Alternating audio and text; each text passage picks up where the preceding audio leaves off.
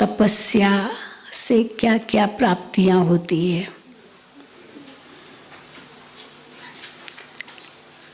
लेकिन इस तपस्या का आधार क्या है?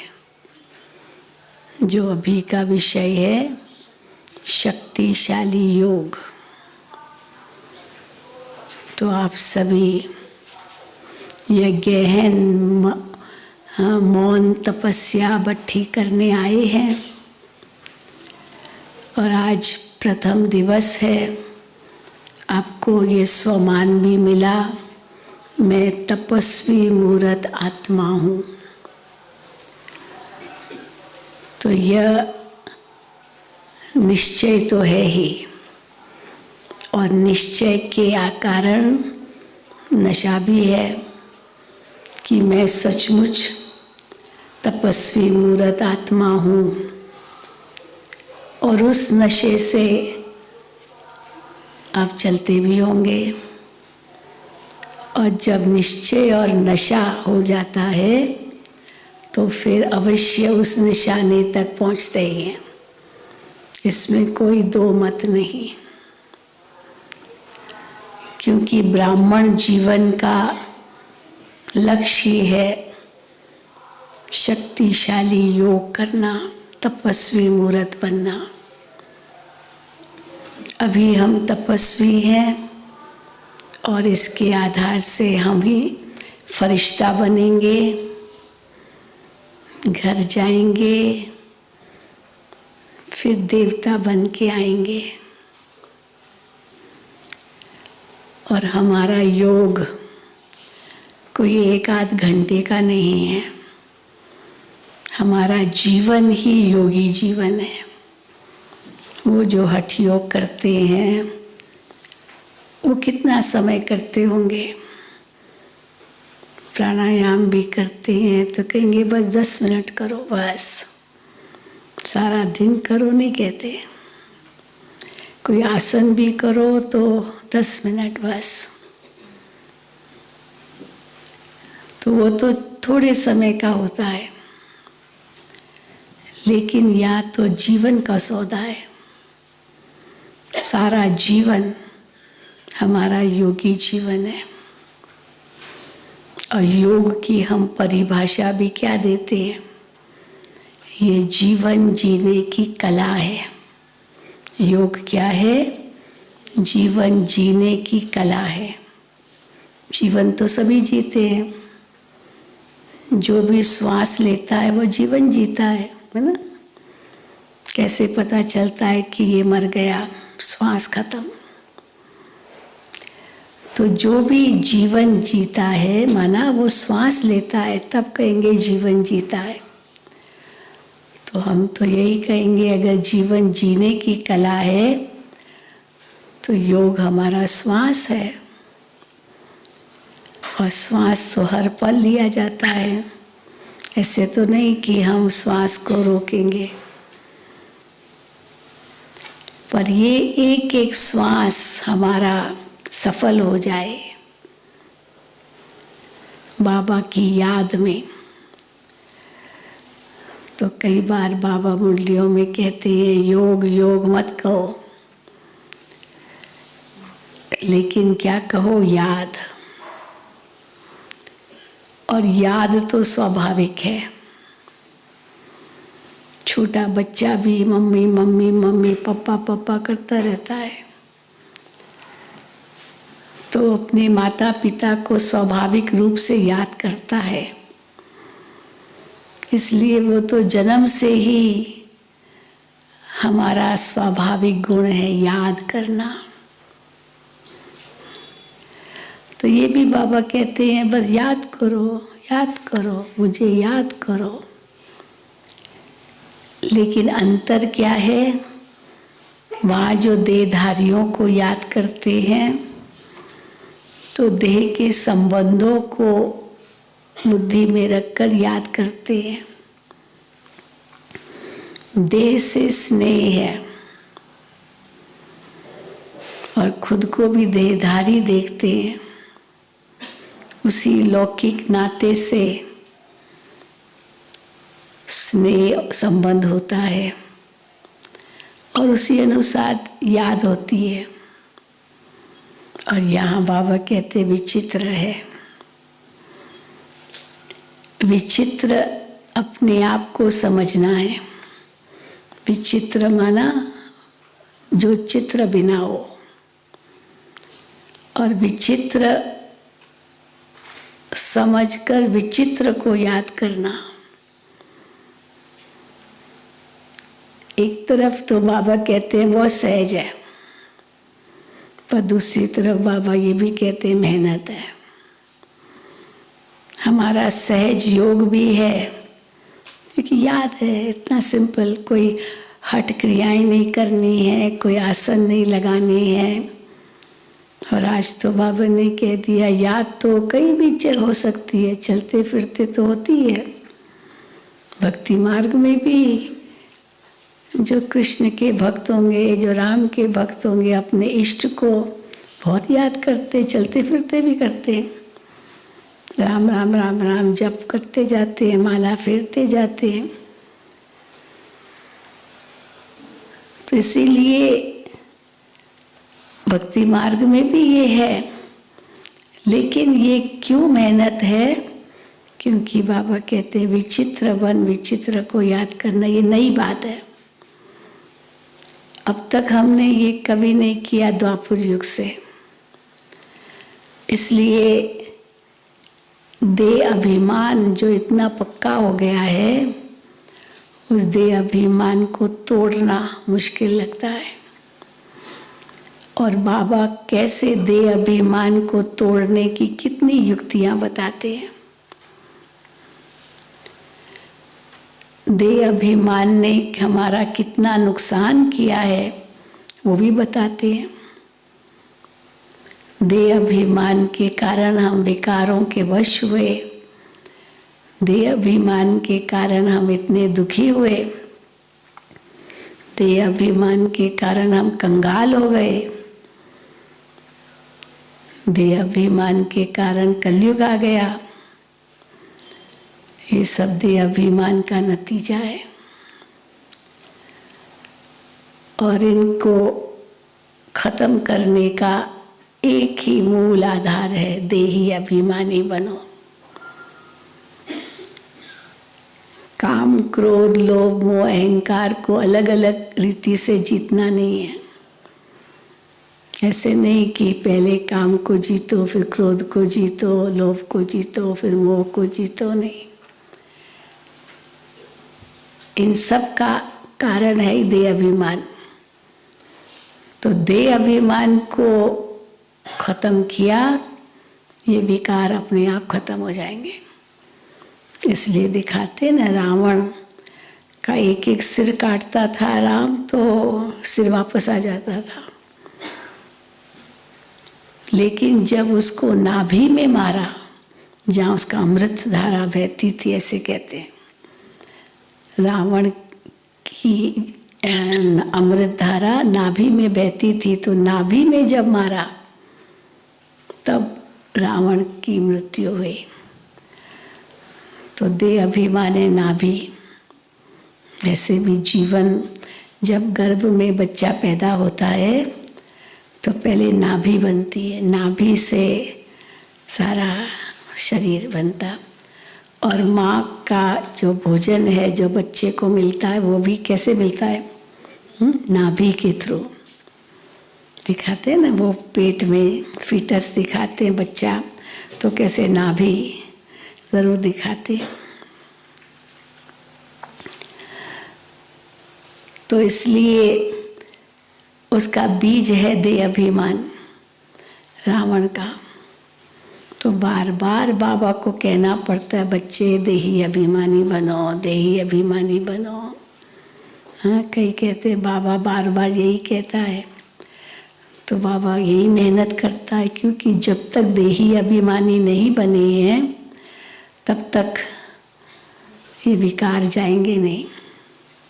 और अगर मोटा रूप चला भी जाए, अभी हम अपने अंदर देखें, काम नहीं है, हाँ, हमारे अंदर पवित्र जीवन है हमारा, क्रोध भी नहीं है, लोभ भी नहीं है, सब छोड़ दिया, क्या रखना, कितना चाहिए?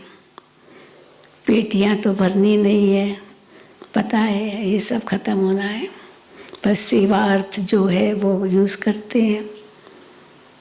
अहंकार भी किस बात का? कौन सा शो करना है? हम तो गुप्त हैं, तो इसलिए मोटे रूप में तो विकार है ही नहीं। कोई नहीं होगा जो कहेगा नहीं मेरे अंदर तो मोटे रूप में भी है, कोई नहीं, इसलिए पूछने की तो दरकार ही नहीं है। लेकिन फिर बाबा कहते हैं उनके अंश और वंश बहुत है।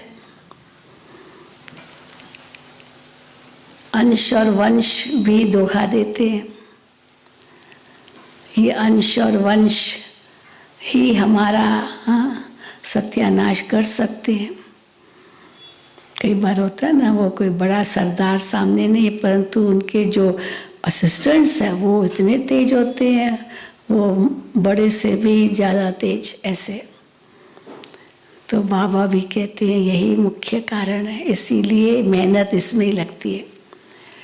नेगेटिव विचार नहीं भी आएंगे मन में, लेकिन व्यर्थ विचार तो आते ही हैं। और ये व्यर्थ पर भी विजय, ये है वास्तव में शक्तिशाली योग। एक तो बाबा कहते हैं चलते फिरते भी करना है, लेकिन मन को काम तो देना ही है। मन तो सोचने के सिवाय रह नहीं सकता, लेकिन हर वक्त ये अटेंशन हो कि मन में क्या सोच रहे हैं, बहुत ज़रूरी है।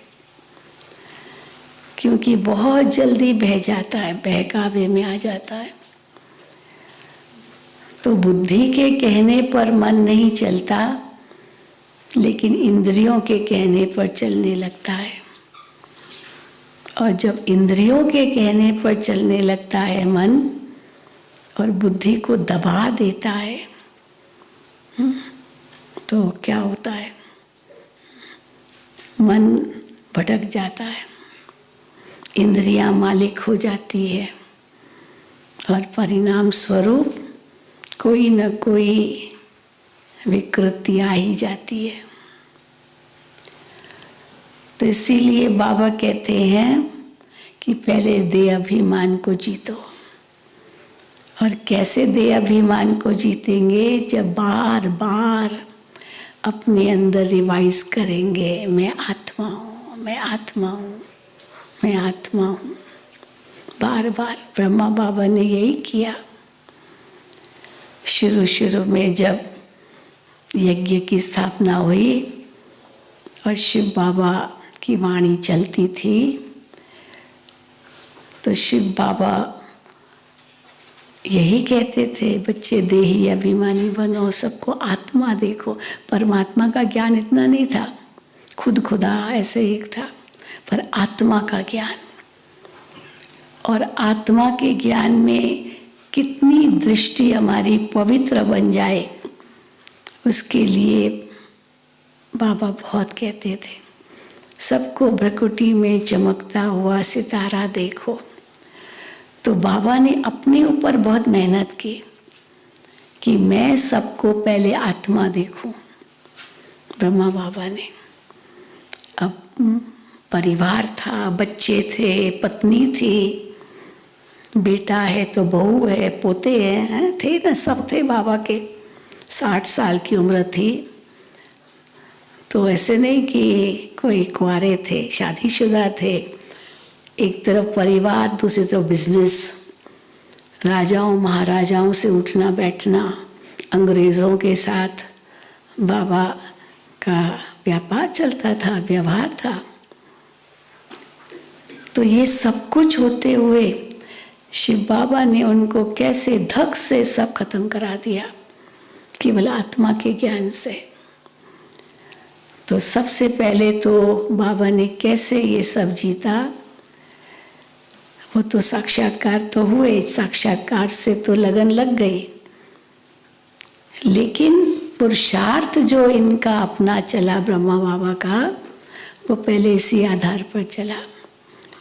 अब उनकी युगल थी, उनसे बच्चे तो पैदा किए थे ना, परिवार और साथ में ही थे।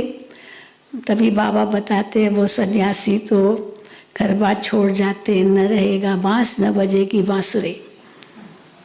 पत्नी सामने नहीं होगी, बच्चे सामने नहीं होंगे तो मोह कहाँ जाएगा, नहीं जाएगा। तो इसलिए घर बार छोड़ देते हैं। लेकिन ब्रह्मा बाबा को घर बार छोड़ने के लिए नहीं कहा शिव बाबा ने, घर में रहो लेकिन पुरुषार्थ करो, जो बाबा कहते पवित्र प्रवृत्ति मार्ग। तो सबसे पहला पुरुषार्थ क्या किया ब्रह्मा बाबा ने? देही अभिमानी बनने का। अब युगल को भी आत्मा देखना है। बाबा को अपने बहू में बहुत मोह था। ब्रिजेंद्रा दादी बाबा की लौकिक बहू थी और बहुत सुंदर थी जवानी में, बहुत रॉयल फैमिली की भी थी, बहुत गोरी गोरी, बहुत अच्छी।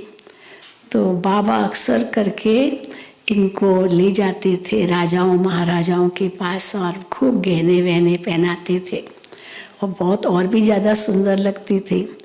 तो जब वो उनको रानियों के पास भेजता था बाबा, जाओ और उनको कहो क्या गहने खरीदने। वो रानियाँ तो नहीं जाएगी ना दुकान में। तो बाबा अपने बहू को कहता था, तो वो तो खूब सज धज के जाती थी। तो वो इनको देख करके बहुत खुश होते थे और कहते थे ये जो आपका नेकलेस है ना, ऐसा ही मुझे चाहिए। तो बाबा तो बहुत होशियार थे, वो पहले से ही लेके जाते थे पहले से ही अपने साथ ले जाते थे कि यही मांगेगी, क्योंकि बहुत सुंदर लग रही है उनकी बहू ये सब पहन करके। तो फिर वो कहते थे अच्छा ऐसे ही चाहिए, अभी मैं कहती हूँ। तो बहुत मोह था बाबा का अपने बहू में। दादी ब्रिजेंद्रा अपना अनुभव सुनाती थी। तो अब कैसे ये मोह टूटे? तो बाबा दीवारों पर लिखते थे यशोदा आत्मा है, यशोदा आत्मा है बाबा की युगल, राधिका आत्मा है, राधिका बहू बाबा की, उनका नाम राधिका था, राधिका आत्मा है, राधिका आत्मा है। और उसी दृष्टि से बाबा उनको देखता था तो जैसे एकदम न्यारा प्यारा होना उनके लिए सहज हो गया। और वो भी इतना ही सहज हो गए, नहीं तो उनका भी कोई कम मोह थोड़ी होगा बाबा में। तो किसी ने मेरे से प्रश्न किया, जब ये बात मैंने सुनाई तो प्रश्न क्या था कि यशोदा जो बाबा की पत्नी थी लौकिक, उसने पहले बाबा को आत्मा रूप में देखा या बाप रूप में देखा, या ब्रह्मा बाबा ने यशोदा को बेटी रूप में देखा किसको मेहनत ज़्यादा लगी और किसको कोई भी मेहनत नहीं लगी? अभी ये भी एक प्रश्न है ना अब दोनों का, क्योंकि पति पत्नी का तो कितना गहरा संबंध होता है, अधिकार भी होता है, बहुत कुछ होता है पति का पत्नी पर। और यहाँ तो बाबा एकदम न्यारे और साथ में। तो किसको मेहनत ज़्यादा लगी होगी? यशोदा को ज़्यादा लगी होगी या ब्रह्मा बाबा को ज़्यादा लगी होगी? क्या समझते हैं? ब्रह्मा बाबा को ज़्यादा लगी होगी कि यशोदा को?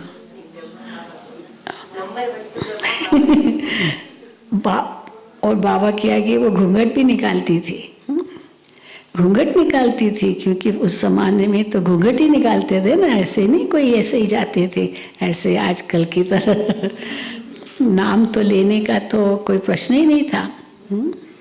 आजकल तो हर वक्त नाम ही लेते रहते, जमाना ही बदल गया।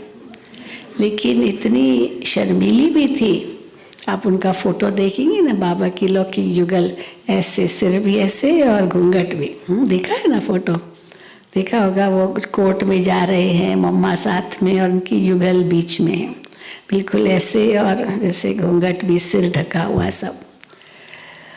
अब एकदम बाबा ने कहा कि अभी कोई घूंघट नहीं निकालना है, घूंघट नहीं, सब शिव शक्तियाँ हो, सब शेरनियाँ हो, सबके घूंघट हट गए नहीं तो माताएं भी थी, तो माताएं तो सब घूंघट निकालती थी। आज भी गाँव में से ना, गाँव में अभी भी घूंघट तो बहुत निकालते होंगे आप लोग, गाँव में सेवा करने जाते हैं। लेकिन वो कैसे शिव शक्तियाँ हो गई? तो हम तो भाई कहेंगे क्यों झगड़ा करो, किसने पहले किसका मोह नष्ट हुआ, या पहले किसने किसको उस दृष्टि से देखा। हमने कहा उस समय तो इतना सहज हो गया कि लौकिक जो देह के संबंध थे वो तो 1 सेकंड में भूल गए, 1 सेकंड में भूल गए। तो किसका पहले किसका बाद में वो तो प्रश्न ही नहीं था, क्योंकि आत्मा का इतना पक्का ज्ञान बाबा देते रहे और बस वो ही करते थे। मैं आत्मा हूँ, बिंदु, हाँ आत्मा भ्रकुटी के बीच चमकता एक अजब सितारा बस। और इतनी देर तक दृष्टि देते थे एक दो को, सारी रात दृष्टि एकदम एक दो के सामने। या हाँ, मोमबत्ती भी जलाते थे। दादी रतन मोहिनी सुनाती थी कैसे हम लोग नाइट की बत्ती करते थे, रात को बहुत करते थे। मौन बत्तियाँ तो बहुत की, और उस मौन बत्तियों में कितने नई बातें, हाँ बाबा नए अनुभव कराते थे। तो वो यही बत्तियों का भी ये दूसरा रूप है। लेकिन 14 साल तो उन्होंने बहुत किया, दुनिया की निगाहों से एकदम दूर थे।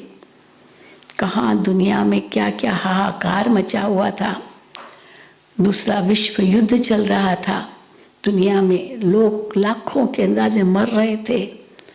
हिंदुस्तान पाकिस्तान के बंटवारे की बातें हुई, बहुत घमसान था भारत में भी, दुनिया में भी। कहीं भूकंप आ रहे थे, कहीं क्या, लेकिन बाबा के बच्चे कितने सुरक्षित थे। समाचार तो मिलता था और बाबा से पूछते थे, बाबा ये क्या विनाश हो रहा है वहाँ? बाबा कहते थे ये विनाश नहीं है, ये रिहर्सल है, रिहर्सल है। बॉम्ब भी गिरा 1945 में, 45 में हिरोशिमा नागासाकी पर, लाखों लोग मारे गए। समाचार तो मिलता ही होगा ना। लेकिन ये आत्माएं कैसे तपस्या में थी, जरा भी हिले नहीं, दुनिया की निगाहों से दूर थे। तो बाबा ने भी हम बच्चों को ऐसे ही सुरक्षित रखा है। लेकिन मुख्य आधार क्या था? वो देही अभिमानी स्थिति, अंदर की पवित्रता तो थी, लेकिन पवित्रता का भी आधार तो देही अभिमानी स्थिति है ना। तो इसीलिए शक्तिशाली योग का आधार क्या है? देही अभिमानी स्थिति पहले। तो क्या चलते फिरते, खाते पीते, उठते बैठते, सोते जागते भी ये देही अभिमानी स्थिति हमारी कितनी रहती है? हम अपने आप से पूछें। एक है, हाँ सोते जागते जब हम कहते तो कहेंगे भाई सोने में कैसे पता चले, लेकिन सोते जागते माना एक है निद्रा योग और दूसरा है योग निद्रा। दोनों में अंतर है या नहीं? निद्रा योग और योग निद्रा में अंतर है कि एक ही बात है? निद्रा योग माना अभी योग में बैठे हैं और बैठे बैठे झुटके खा रहे हैं, तो इसको क्या कहेंगे? निद्रा योग है। योग में बैठे हैं पर कर रहे हैं नींद, और पता ही नहीं चल रहा है कि हम नींद भी कर रहे हैं, पता ही नहीं चल रहा है। क्लास भी चल रहा है, मुरली भी चल रही है, कई बार तो सिर भी हिलाते हैं, फिर ऊपर आके फिर ऐसे हाँ, क्योंकि अंदर में कुछ नहीं जा रहा है। हाँ ऐसे ऐसे भी कर रहे हैं, पर अंदर में कुछ नहीं जा रहा है। कहाँ है ये ही नहीं सुध बुध। ये है निद्रा योग। और योग निद्रा क्या है कि हम सोए हैं, नींद में हैं, लेकिन नींद में भी योग है, नींद में भी योग है। माना हाँ, बाबा कई बार मिसाल देते हैं, हमारी मनोहर दादी बहुत मिसाल देती थी, गुलजार दादी भी देती थी कि हम छोटे छोटे बच्चे थे तो हमारे टीचर हमको सिखाती थी कि बाबा आएंगे, मम्मा आएंगी, आप लोगों को देखेंगे। हाँ आप लोग पहले तो पाँव स्वच्छ करो, हाँ पैर हर एक को धोना था। बाबा देखते थे सबके पाँव धुले हुए हैं क्योंकि पाँव अगर धुले होंगे ना अच्छी तरह से और मालिश वगैरह करते तो नींद भी बहुत अच्छी आती है सचमुच। और फिर बाबा आएंगे, लेकिन आप लोग नींद में होंगे पर बाबा जैसे आए आपकी आँख अपने आप खुल जानी चाहिए। तो बाबा आकर के देखते थे, तो बच्चे थे, हाँ छोटे थे, लेकिन बाबा ने उनको कैसे सिखाया, टीचर्स ने सिखाया। और जैसे बाबा आते थे बिल्कुल साइलेंस में बाबा उनके आगे खड़े हो जाते थे और एकदम आँख खुल जाती थी। ऐसा नहीं कि झटके से, पर एकदम जैसे योगी की आँखें, उनको भासना आती थी बाबा आ गए। तो उसको ये योग निद्रा, नींद में और बाबा आए और एकदम अपने आप जग गए और बाबा से दृष्टि ले रहे। तो बाबा देखते थे कि ऐसे नहीं कि ऐसे सोए हैं जैसे कि बिल्कुल घोड़े बेच के सोए हैं, नहीं, हाँ इसको कहते हैं घोड़े बेच के सोना, जैसे कि बिल्कुल रजाई तान के, बिल्कुल जैसे कुछ भी दुनिया की सुध-बुध नहीं। लेकिन वो स्थिति तो ये कैसे आएगी जब देही अभिमानी स्थिति होगी। कईयों का होता है ना, सोते हैं यहाँ और जब उठते हैं तो वहाँ लुढ़क के पता नहीं कैसे लुढ़क जाते हैं, कई तो पलंग से भी गिर जाते हैं पता ही नहीं चलता है। तो ये तो योग निद्रा नहीं है ना। गहरी नींद आना भी ज़रूरी है, क्योंकि गहरी नींद आने से हमारे बॉडी में शक्ति तो आती है, लेकिन ऐसी गहरी ना हो जो पता ही नहीं चले, सुध-बुध ही सब खो दे। क्योंकि कई जो जैसे सवेरे उठते हैं हम कहाँ हैं यही पता नहीं चलता है, कहाँ हैं, कई बार होता है पता ही नहीं हम है कहाँ, और ये भी नहीं पता कि दिन में सोकर उठे या रात को सो के उठे कहीं ऐसे भी बताते हैं हमारा अभी 1 घंटे के लिए नींद थी, आराम किया और उठे तो ऐसे लगा पता नहीं ये तो रात हो गई जैसे। तो इसीलिए वो तो योग निद्रा नहीं है। बस सोए, बाबा की याद में सोए, बाबा की गोद में सोए और एकदम बाबा को कहा बाबा 3 बजे उठाना। और देखो बाबा कई बार कहते हैं खटिया हिलती है, आप लोगों की भी हिलती है, ऐसे अनुभव होता है ना, आप लोग बहुत पट्टियाँ करते भी हो, बहुत तपस्या करते हो, तो ये होगी योग निद्रा।